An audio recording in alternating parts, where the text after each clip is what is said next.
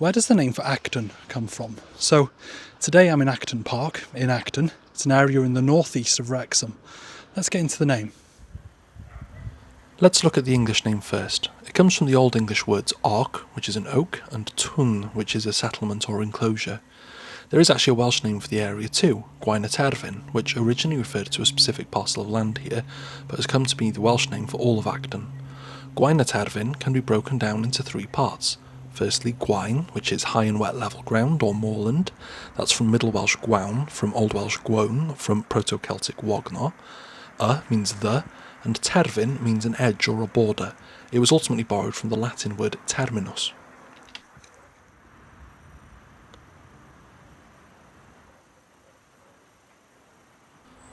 So the moor of the border, but the border of what?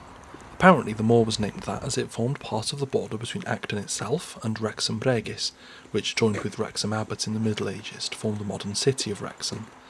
Regis is the genitive of Rex, meaning of the king, and refers to the part of the town owned by the king, and Abbot referred to the land gifted by Madog ap Gruffydd Maelor in 1202 to Wale Crwcus, the abbey near Llangollen. So the moor itself was gradually enclosed by what is now Acton Park, and following the dissolution of the monasteries in 1536, the land was seized by the Crown, and by 1620 it was eventually given to the Jeffreys family, who built the first version of Acton Hall on that land. However, by the 1900s it had been bought and sold a few times for different things, and was falling apart a bit.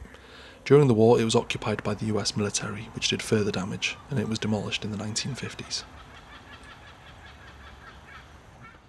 Well, I didn't manage to find the old ac, as they would have said in Old English, the old oak tree that Acton's named for, but I did manage to find a nearly 500-year-old sweet chestnut tree, which I like to think is pretty impressive anyway.